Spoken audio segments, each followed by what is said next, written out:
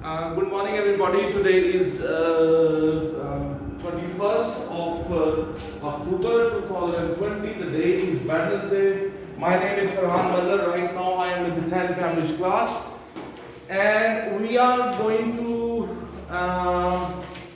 study today about the chapter about the waves. And we have already done three lectures on this topic.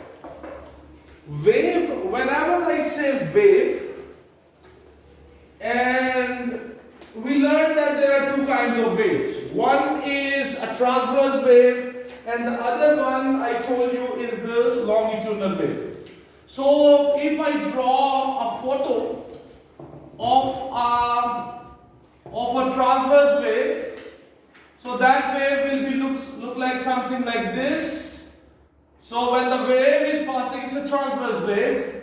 When the wave is passing, some portion of the medium goes above the mean position, some part of the medium goes below the mean position.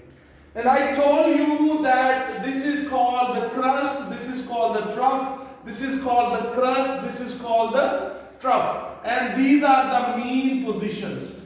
And in our last lesson we have learned how to decide that in which direction a particle is moving, a particle which is on the wave, or of the medium which is in the wave, how it is moving, we can decide the direction of its motion. We have learned few terminologies, and that is that the distance between one crust and the consecutive crust, that is called wavelength.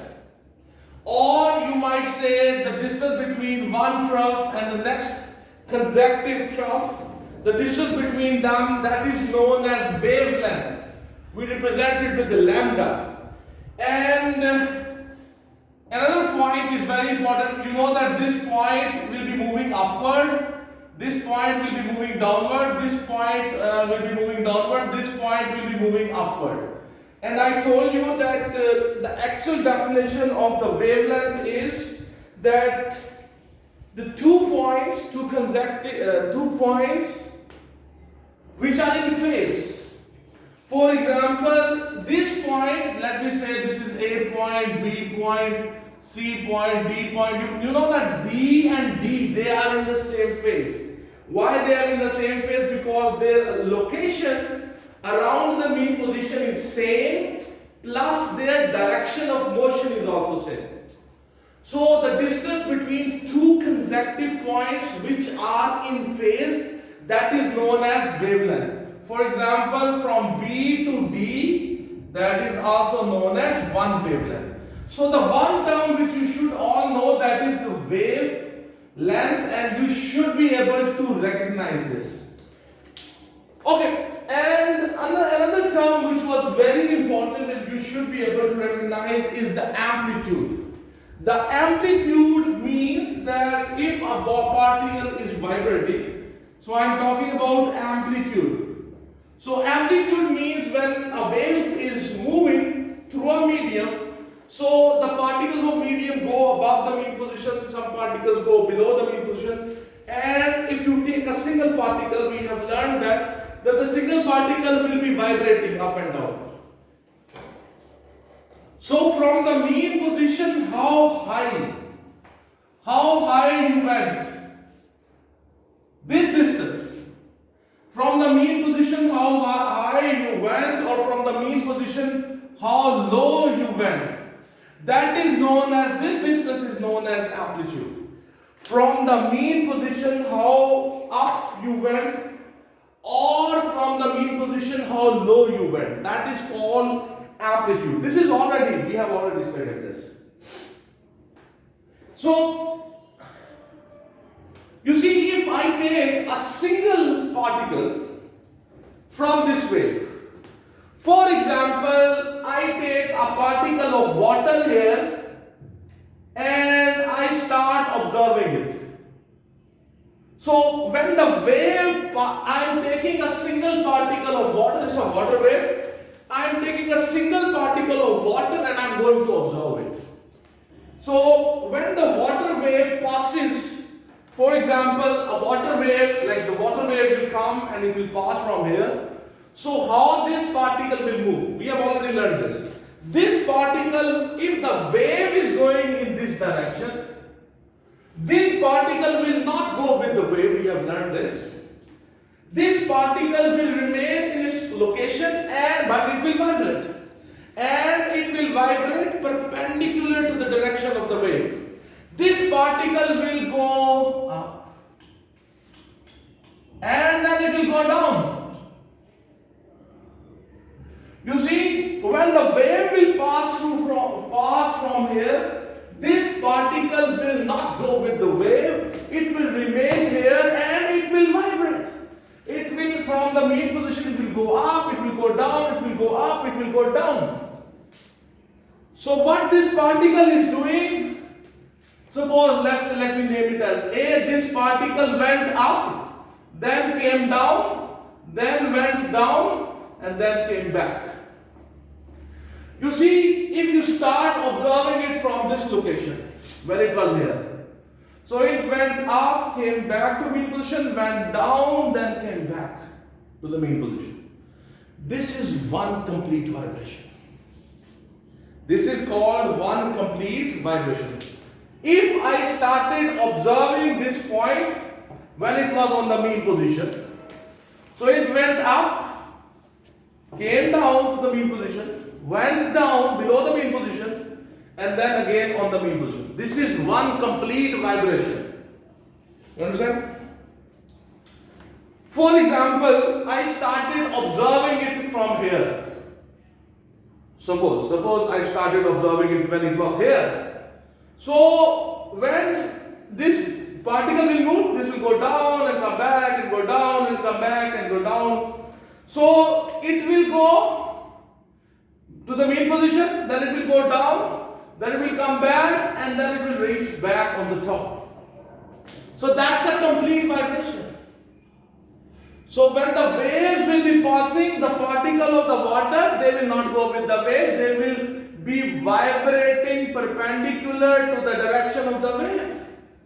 Their motion and the wave, they are at 90 degree angle to each other. When it completes one complete vibration, it's very important to understand this. So if you started observing it from the mean position, and this is complete vibration. If you started observing it when it was on the top, so this is a complete vibration. For example, you started observing it when it was at the bottom. Suppose when it was at the bottom. Suppose when it was here. So it will go there, then it will go to the top, then it will come back, and then it will reach here. So a complete vibration. So it's a complete vibration. So the time required to do a complete vibration, that is known as time period. The time needed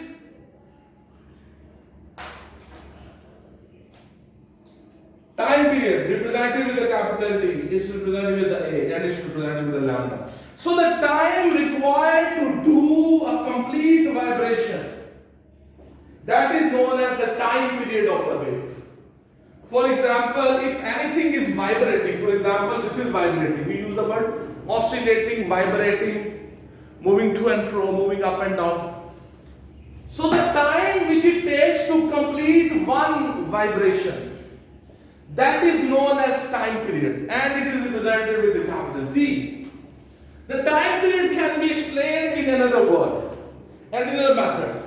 For example, a wave is passing from here. Try to understand this thing. The time period can be also explained with another way. For example, if I put a reference point here and I am looking at a wave. For example, if I put a reference here, this is my reference point. So here we have a reference.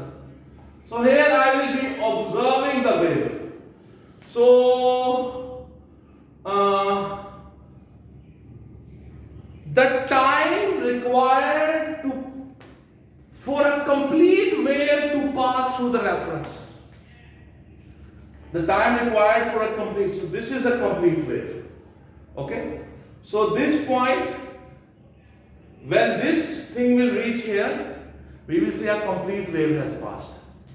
So from a point, the time required for a wave, a complete wave to pass from a point, that time is called time period. Okay?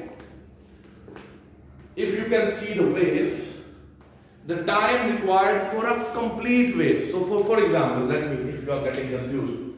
So let's say, let me show you. 1, 2, 3, 4. So this is a snap or a photo of a wave. Okay? So if I started observing here, so I'm starting here.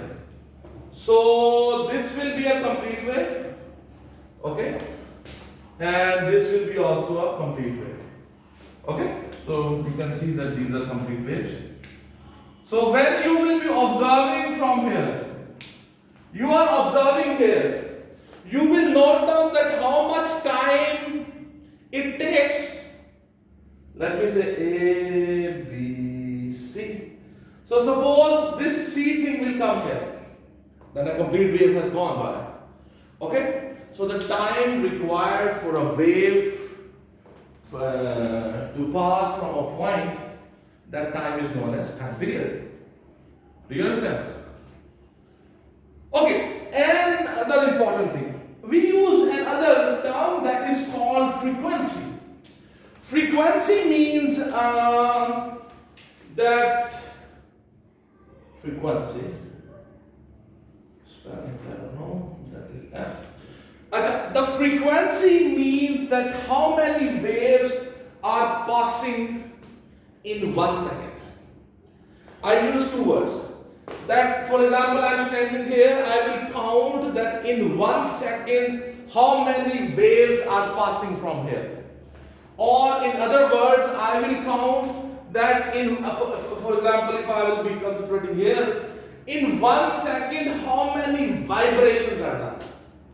Maybe 2 vibrations in 1 second, maybe 3 vibrations in 1 second, maybe 10 vibrations in 1 second. So in unit time, I properly say 1 second, sometimes I will be saying, in unit time how many vibrations are done. In unit time how many waves pass through a reference point. You count, you stand here, you count how many waves have passed in 1 second. So the number of waves passing from a point in 1 second or number of waves passing from a point in unit time, that is known as frequency. Okay? Another very important thing, very important thing. The time period and the frequency, they are related with each other. The frequency and the time period, they are related with each other, and the formula is very famous, frequently used in O levels. Frequency is equals to 1 by T. A very famous formula. The relationship between the frequency and the time period, F is equals to 1 by T. In this formula, the unit of the frequency is Hertz. H-E-R-T-Z, Hertz. It's represented like Hz. And the unit of the time should be, it is always in seconds. It must be in seconds. Whenever you will be calculating the frequency, for example, somebody gave you the time period of a wave. For example, they give you the time period, let's say they say the time period is 5 seconds. For example, they ask you the time period is 5 seconds. So what is the frequency? So you will say F is equal to 1 by T. The time must be in second, and it is. So it will be 0.2 Hertz. Okay? Sometimes what will happen, they will give you the frequency. And they will ask you what is the time period. For example, in another question, they might tell you that the frequency is, let's say somebody says the frequency is 25 Hertz. You have the calculator. They say what is the time period of this wave. So we know that the frequency is 1 by T, so T is equal to 1 by F, and the T will be equal to 1 divided by 25, and the T will be equal to 0.4, no, so multiply 4.004 second. Check this calculation, please. You see, both ways the thing can be done. But the point you are supposed to remember is that when you use this formula, the time must be in seconds. The unit of the frequency is hertz. You understand this? Okay. Whenever the waves are produced, so the waves will travel. For example, you might have heard this famous, when I speak, so my sound waves, which are longitudinal waves, they travel and they reach you. For example, if you have seen firework, so you see the splash of the firework, and then after some time you hear the sound. The light travels very fast, the sound waves travel much slower than the light. So you see, when the sound waves are produced, they travel from one point to the other point, they take some time. When the light is produced in the sun and it travels from sun to the earth, it takes 8 minutes. You must have heard this word. This fact that light takes 8 minutes to reach the earth from sun. So it means that the waves travel, they cover distance, they take some time to reach from one point to the other point. It means that the waves have speed. They have some speed, so it's very important to understand. The waves have speed also. And we have a very famous formula, you can directly understand it. That speed, for example, the speed of the wave is represented by V. Okay? So the speed of the wave is this. V. I am representing it with V. Now, you know the speed is what? Speed is basically the distance traveled divided by the time taken. Okay? When the wave moves, when the wave will move, so for example, I told you that what is wavelength? A complete wave. And what is time period? The time it will take for a complete wave to pass from a point. Try to understand what I am saying. So if this is your reference, so I will note down that from this reference, a little tricky thing, how much time this is the starting point of a complete wave, and this is the finish point of the complete wave. So this is representing a complete wave, and this is continuing. Okay, this is continuing. It's not. This is continuing. I'm just observing the wave from here. From this reference, at this reference point, when a complete wave will pass by, I will say it has covered how much distance? One wavelength. This distance is how much? One wavelength. So when I am standing here at the reference point, here I am observing the wave. So I will note down for a complete wave to pass from this reference point, how much time is taken? The time which is taken for this complete wave to pass from this point is known as time period. The distance of the complete wave is known as wavelength. So the distance covered, suppose Suppose the distance covered by the wave which I observe is one wavelength, and the time taken for one wavelength to pass from that reference point is one time period. And you have learned that this is 1 by t into lambda. 1 by t, what is 1 by t? That is f lambda. So don't get confused with this whole thing. The most important thing is this formula. The speed of the wave is equals to V equals to f lambda. It's a very famous formula. V is equals to f lambda, where f is the frequency and its unit is hertz, and lambda is the wavelength. So there is a very interesting thing about this formula. Let me show you. If you will be walking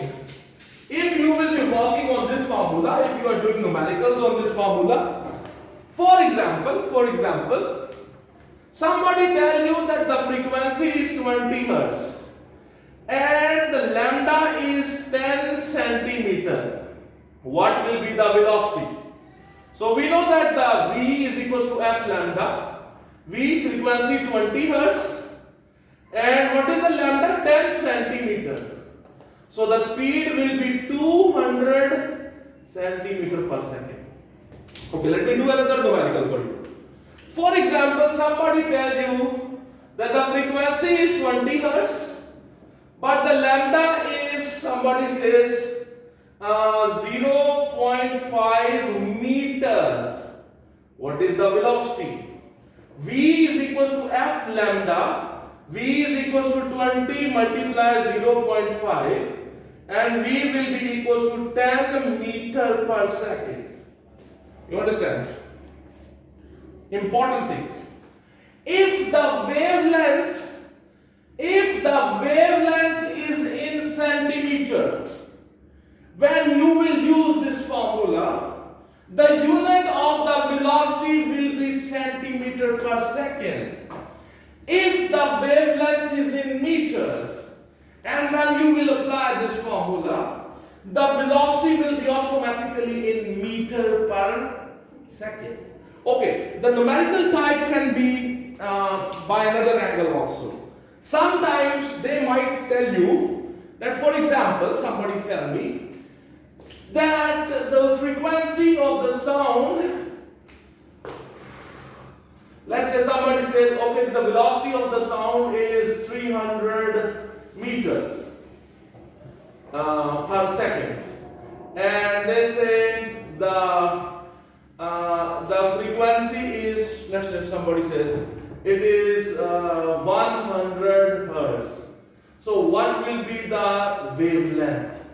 So you know V is equals to f lambda. So V is 300 meter per second equals to frequency is 100 hertz, and the lambda is question. So lambda will be equals to 300 divided by 100, and the lambda will be 3 meter.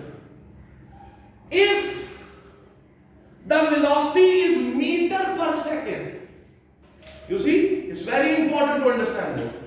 If the velocity is the meter per second and you use this formula, the lambda which you will get will be automatically in meters. But if the same question, let's say a wave has a velocity of, let's say somebody says 200 centimeter per second, and they say the frequency, let's say somebody says 5 hertz. So they say what is the wavelength? Now you see, V is equals to f lambda. V is 200 centimeter per second, and the frequency is 5 hertz, and the lambda is question. So the lambda will be equals to 200 divided by 5, and it will be 40 centimeter.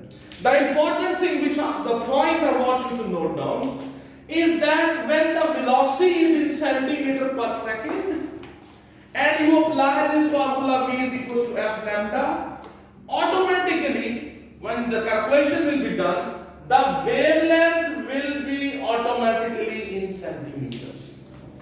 So it's a very simple formula. We call it wave equation. This formula is called wave equation. So V equals to F lambda. You see, in this lecture, basically, we have talked about two things, two formulas. One formula, the famous formula, you are never supposed to forget it. The frequency is equals to 1 by T. In proper English, I say that the frequency is the reciprocal, or some people pronounce it as reciprocal of the time period. Or the time period is the reciprocal of the frequency. But the most important point which everybody should know is that the time period in this formula is always measured in seconds. The second formula which I taught you today, I tried to taught you, V is equals to F lambda. This is called wave equation. It's a relationship between the linear velocity, frequency, and the wavelength of a wave. So, and I told you, I tried to explain to you the relationship between the units of the lambda and the units of the velocity. If the unit of the lambda will be centimeter, the velocity will be centimeter per second.